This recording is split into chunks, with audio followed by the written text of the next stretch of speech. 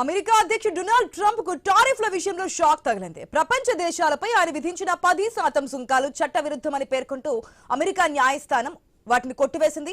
ప్రపంచ దేశాలపై ట్రంప్ విధించిన సుంకాలు చెల్లవని అమెరికా సుప్రీంకోర్టు ఫిబ్రవరి నెలలో సంచలన తీర్పు వెల్లడించింది. ఆ తర్వాత ట్రంప్ యంత్రాంగం ప్రపంచ దేశాలపై మళ్లీ 10% తాత్కాలిక టారిఫ్లను విధించింది. ఇవి జూలై 24తో ముగియనున్నాయి. ఈ నేపథ్యంలో సుంకాలు విధించడాన్ని వ్యతిరేకిస్తూ 24 అమెరికా రాష్ట్రాలు న్యాయస్థానాన్ని ఆశ్రయించాయి. దీనిపై విచారణ జరిపిన ఫెడరల్ కోర్టు అధ్యక్షుడికి కాంగ్రెస్ కల్పించిన సుంకాల అధికార పరిధిని ట్రంప్ అతిక్రమించారని పేర్కొంది. ట్రంప్ విధించిన సుంకాలు చట్టవిరుద్ధమని, అవి చెల్లవని తీర్పునిచ్చింది.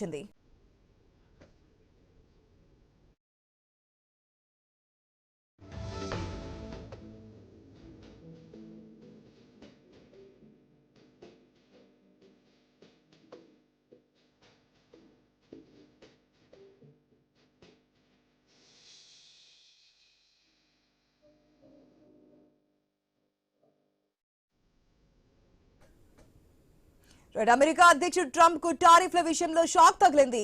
ప్రపంచ దేశాలపై ఆయన విధించిన 10% సుంకాలు చట్టవిరుద్ధమని పేర్కొంటూ అమెరికా న్యాయస్థానం వాటిని కొట్టివేసింది. ప్రపంచ దేశాలపై ట్రంప్ విధించిన సుంకాలు చెల్లవని అమెరికా సుప్రీంకోర్టు ఫిబ్రవరి నెలలో సంచలన తీర్పు కూడా ఇచ్చింది. మనం చూసాం. ఎందుకంటే ఆ తర్వాత కూడా ట్రంప్ ఏదైతే సుప్రీంకోర్టు తీర్పు తర్వాత వెనక్కి తగ్గుతారనుకుంటే, సుప్రీంకోర్టు తీర్పు తర్వాత మీరు ఎవరైనా ఈ సుంకాల గురించి మాట్లాడతారేమో అంటూ అధిక సుంకాలు విధించినటువంటి విషయాల గురించి కూడా మనం మాట్లాడుకున్నాం.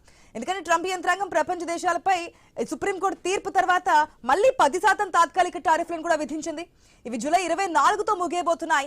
ఈ నేపథ్యంలోనే సుంకాలు విధించడాన్ని వ్యతిరేకిస్తూ 24 అమెరికా రాష్ట్రాలన్నీ కూడా న్యాయస్థానాన్ని ఆశ్రయించాయి. దీనిపై విచారణ జరిపినటువంటి ఫెడరల్ కోర్టు అధ్యక్షుడికి కాంగ్రెస్ కల్పించినటువంటి సుంకాల అధికార పరిధిని ట్రంప్ అతిక్రమించారంటూ కూడా పేర్కొంది. ట్రంప్ విధించిన సుంకాలు చట్టవిరుద్ధమని, అవి చెల్లవని తీర్పునిచ్చింది. మరి ఇప్పుడు ట్రంప్ డెసిషన్ ఏ విధంగా ఉంటుంది, ఏ విధంగా మాట్లాడతారనేది వేచి చూద్దాం.